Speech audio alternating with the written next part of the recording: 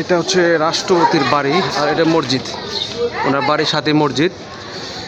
উনি তো বর্তমান নেই। গেট বন্ধ, এই যে তালা মারা, তালা মারা। আর এটা হচ্ছে ওনার আগের বাড়ি।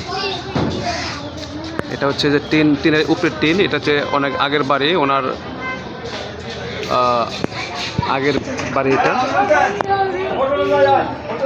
আর পিছনে আবার বিল্ডিং করেছে, বড় বড় বিল্ডিং। সামনে অনেক জায়গা। সরকার পদত্যাগ হওয়ার পর, ঠিক আছে, এই প্রায় 9 মাসে আজকে আসলাম, ঈদের দ্বিতীয় দিন পর।